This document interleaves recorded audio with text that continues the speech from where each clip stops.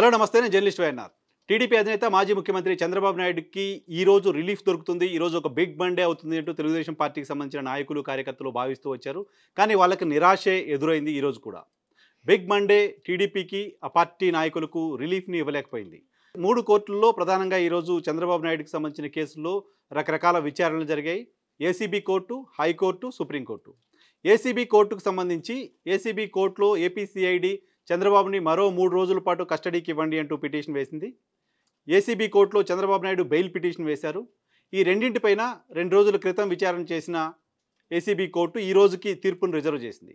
కొద్దిసేపటి క్రితం తీర్పు చెప్పిన ఏసీబీ న్యాయస్థానం 2 పిటిషన్లని డిస్మిస్ చేసింది. చంద్రబాబు వేసిన బెయిల్ పిటిషన్ని, ఏపీసీఐడి వేసిన కస్టడీ పిటిషన్ని డిస్మిస్ చేసింది. ఈ 2 పిటిషన్లు డిస్మిస్ అయిన నేపథ్యంలో ఇప్పుడు సిఐడి, చంద్రబాబు నాయుడు ఏసీబీ కోర్టులో ఫర్దర్గా ఏ రకంగా మూవ్ అవుతారనేది చూడాల్సి ఉంది. అదే సమయంలో హైకోర్టులో అంగళ్ళకు సంబంధించిన కేసు, ఫైబర్ గ్రిడ్కి సంబంధించిన కేసు, అమరావతి ఇన్నర్ రింగ్ రోడ్డుకి సంబంధించిన కేసు, ఈ 3 కేసుల్లోనూ ముందస్తు బెయిల్ ఇవ్వాలి అంటూ టీడీపీ అధినేత హైకోర్టులో ముందస్తు బెయిల్ పిటిషన్ వేశారు. ఈ ముందస్తు బెయిల్ పిటిషన్ని కూడా హైకోర్టు కొట్టేసింది. సో అక్కడ కూడా టీడీపీ అధినేతకు రిలీఫ్ దొరకలేదు. ఏ రకంగా అయితే ఏసీబీ కోర్టులో బెయిల్ పిటిషన్ కొట్టేశారో హైకోర్టులో కూడా బెయిల్ పిటిషన్లు, ముందస్తు బెయిల్ పిటిషన్లు 3ంటిని కొట్టేసిన పరిస్థితి కనపడుతోంది. అలాగే సుప్రీంకోర్టులో ఇది ప్రధానమైన కేసు. దీనికి సంబంధించి చాలా ఆశలు పెట్టుకుంది తెలుగుదేశం పార్టీ. క్వాష్ పిటిషన్ దాఖలు చేశారు. క్వాష్ పిటిషన్ అంటే ఇంకా కేసులన్నింటినీ కొట్టేయండి అనేది ప్రధానంగా చంద్రబాబు నాయుడు గారి తరపున లాయర్లు చేస్తూ వచ్చిన ఆర్గ్యుమెంట్. ఈ కేసు పెట్టిన తీరు సరైనది కాదు, అరెస్ట్ చేసిన తీరు సరైనది కాదు, 17A చంద్రబాబు నాయుడు గారికి వర్తిస్తుంది, దాన్ని సిఐడి పరిగణనలోకి తీసుకోలేదు అనేది చంద్రబాబు నాయుడు గారికి సంబంధించిన అడ్వకేట్లు చేస్తున్న వాదన.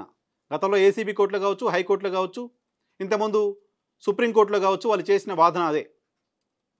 క్వాష్ చేయండి మొత్తం కేసుని అనేది వాళ్ళు చేస్తున్న వాదన. అయితే దాంతో సుప్రీంకోర్టు న్యాయమూర్తులు ఏకీభవించినట్టు కనపడలేదు.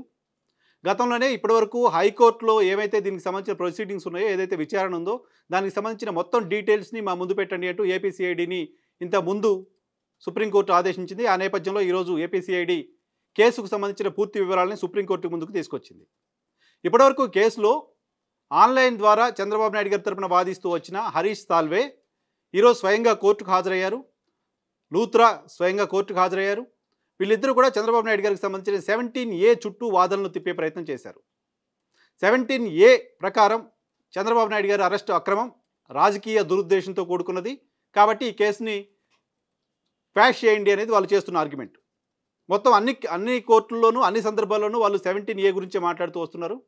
అయితే ఏ సందర్భంలోనూ న్యాయమూర్తులు 17Aకి సంబంధించి చంద్రబాబు నాయుడు గారి లాయర్లు చేస్తున్న ఆర్గ్యుమెంట్ తోటి ఏకీభవించలేదని అర్థం చేసుకోవాలి ఇప్పటివరకు జరుగుతున్న పరిణామాలను చూస్తే. అయితే ఈరోజు అనూహ్యంగా, ఆసక్తికరంగా చంద్రబాబు తరపు లాయర్లు చేస్తున్న వాదనను న్యాయమూర్తులు తప్పు పట్టారనే ఇంప్రెషన్ కలుగుతోంది.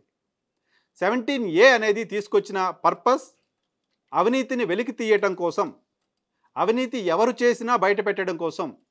17A అయినా ఇంకోటైనా ఒక చట్టం చేసేది ప్రజలకు సంబంధించిన సొమ్ము, అవినీతికి పాల్పడిన వాళ్ళకి శిక్ష పడడం, ప్రజలకు సంబంధించిన సొమ్ముకు ఎవరైతే జవాబుదారీగా ఉంటారో వాళ్ళు సరిగా వ్యవహరించినప్పుడు వారికి కఠినంగా శిక్ష ఉండాల్సిందే. 17A ద్వారా ఓ వ్యక్తికి రిలీఫ్ ఇద్దామని ప్రయత్నం చేస్తున్న మీరు ఆ కేసులో ఇప్పటివరకు జరిగిన విచారణని ఎందుకు పరిగణనలోకి తీసుకోరు? ఆ కేసులో ఇప్పటివరకు నిర్ధారణ అయిన అవినీతి గురించి ఎందుకు పట్టించుకోరు? మనం చేసే ఆర్గ్యుమెంట్, మన చట్టాలు అవినీతిని బయటికి తీసేలా ఉండాలి, కానీ అవినీతి విషయాన్ని పక్కన పెట్టి కొంతమంది వ్యక్తుల్ని కాపాడేలా ఉంటే ఎలా అనేది న్యాయమూర్తులు చంద్రబాబు నాయుడు గారి తరపున లాయర్లకు వేసిన ప్రశ్నలు. 17Aకి సంబంధించిన డేట్ గురించి మాట్లాడుతున్నారు, ఆ కేసులో జరిగిన అవినీతి గురించి ఎందుకు మాట్లాడరు అని.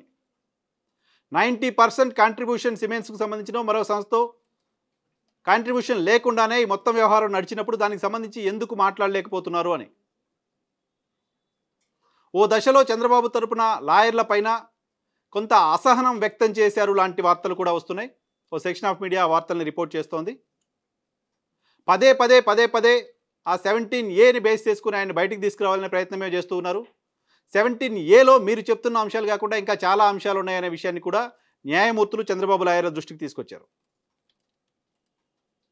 17A కేంద్రం తీసుకొచ్చిన పర్పస్ అది కేవలం కక్ష సాధింపుగా ఉండొద్దు, అవినీతి జరిగినా పర్వాలేదు కానీ వాళ్ళపైన కక్ష సాధించొద్దు, అవినీతి జరిగినా పర్వాలేదు కానీ రాజకీయ నాయకులైతే ప్రత్యర్థులైతే వాళ్ళపైన కేసులు పెట్టొద్దు అని చెప్పడానికి కాదు కదా అనేది సుప్రీంకోర్టు న్యాయమూర్తుల వాదన, వాళ్ళ ఆలోచన, వాళ్ళు వ్యక్తం చేసిన అసహనం. అది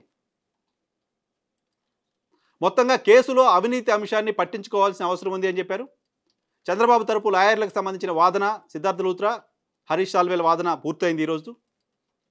వాళ్ళ వాదన చేస్తున్న సందర్భంగా న్యాయమూర్తులు మాట్లాడిన మాటలు, న్యాయమూర్తులు రైజ్ చేసిన ప్రశ్నలు మౌలికంగా అవినీతి అనే అంశానికి సంబంధించి మీ వాదనలు ఎంతవరకు నైతికంగా ఉన్నాయో లేదో చూసుకోండి అంటూ న్యాయమూర్తులు మాట్లాడిన మాటలు చూస్తే రేపేం జరగబోతుంది అనే దానిపైన ఎవరైనా కంక్లూజన్కి రావచ్చు. అయితే రేపు ఏపీ సిఐడి తరపున రోహిత్గి వాదనలు వినిపించబోతున్నారు. ఆయన వాదనలు వినిపించిన తర్వాత ఈ కేసుకు సంబంధించి సుప్రీంకోర్టు ఇంకా సమయం తీసుకుంటుందా, జడ్జిమెంట్ ఇస్తుందా, కేసుకు సంబంధించిన సుదీర్ఘ విచారణ చేసిన దానికి సంబంధించిన సుదీర్ఘ సమాచారాన్ని సుప్రీంకోర్టు ముందుంచిన నేపథ్యంలో దాన్ని స్టడీ చేయడం కోసం మరికొంత సమయం తీసుకుంటుందా. సో రేపు రిలీఫ్ దొరకడానికి సంబంధించిన పాసిబిలిటీ ఏ మేరకు ఉంది అనే దానిపైన రకరకాల ఊహాగానాలు వస్తున్నాయి. మొత్తంగా రేపు కూడా సుప్రీంకోర్టులో ఈ అంశంపైన వాదనలు జరగబోతున్నాయి. ఈ వాదనల తర్వాత చంద్రబాబు నాయుడు గారికి రిలీఫ్ ఉంటుందా, క్వాష్ చేస్తే ఖచ్చితంగా చంద్రబాబు నాయుడు గారికి బిగ్ రిలీఫ్ ఉన్నట్టుగానే చూడాల్సి ఉంటుంది. సుప్రీంకోర్టులో ఈ మొత్తం కేసుల్ని క్వాష్ చేశారంటే ఇక మిగతా కోర్టులో ఉన్న కేసులు, వాటికి సంబంధించిన నైతికత పూర్తిగా ప్రశ్నార్థకంగా మారిపోతుంది. ఆ కేసులు నిలబడే పరిస్థితి కూడా ఉండదు అనే విషయాన్ని అర్థం చేసుకోవాల్సి ఉంటుంది. సో సుప్రీంకోర్టులో బ్రహ్మాస్త్రాన్ని ముందే వాడేశారు చంద్రబాబు తరపు లాయర్లు అంటూ ఇప్పటికే టీడీపీకి సంబంధించిన చాలామంది లీగల్ టీం మాట్లాడుతూ ఉన్నారు. కేసుకు సంబంధించిన మెరిట్స్ ఇవన్నీ మాట్లాడిన తర్వాత ఎప్పుడో చివరిలో బ్రహ్మాస్త్రాన్ని వాడాల్సింది, ఆ బ్రహ్మాస్త్రం 17A, దాన్ని ముందే వాడేశారు. దీనిలో కనుక రిలీఫ్ దొరకలేదు అంటే చంద్రబాబు నాయుడు గారు బయటికి రావడానికి సంబంధించిన పాసిబిలిటీస్ చాలా చాలా చాలా తక్కువగా ఉంటాయనే ఆందోళన టీడీపీకి సంబంధించిన లీగల్ టీంలో వ్యక్తమవుతోంది. సో అందుకోసమే పదే పదే ఆ 17Aకి సంబంధించిన అంశంపైనే ఇంత ప్రముఖ లాయర్లుగా పేరున్న సాల్వే కావచ్చు, లూత్రా కావచ్చు, కంటిన్యూస్గా ఆ పర్టికులర్ ఇష్యూ పైనే టార్గెట్ చేసి వాదనలు చేస్తూ వస్తున్నారనే విషయాన్ని అర్థం చేసుకోవాలి. సో రేపు చంద్రబాబు నాయుడు గారికి కనుక పాజిటివ్గా తీర్పు వస్తే బిగ్ రిలీఫ్గానే ఉంటుంది, లేదు అంటే బిగ్ షాక్గా ఉండబోతుంది. క్వాష్ చేయలేదు అంటే మళ్ళీ క్వాష్ని అడగడానికి సంబంధించిన పాసిబిలిటీ లేదు, 17Aకి సంబంధించిన ప్రస్తావన లేదు. సో మిగతా కేసులు వరుసగా పీటీ వారెంట్ల పైన కూడా ఇప్పుడు ఆల్రెడీ ఏసీబీ కోర్టులో సిఐడి కొన్ని పీటీ వారెంట్లు వేసిన నేపథ్యంలో వరుసగా పీటీ వారెంట్లు, ఇంకా కేసులు ఇవన్నీ కూడా వచ్చే పరిస్థితి ఉంటుంది. అదే జరిగితే మరికొన్ని నెలల పాటు టీడీపీ అధినేత జైల్లో గడపాల్సిన పరిస్థితి ఉండొచ్చు. సో వీటన్నిటికీ పరిష్కారం రేపు సుప్రీంకోర్టు ఇచ్చే తీర్పు పైన ఆధారపడి ఉంటుంది.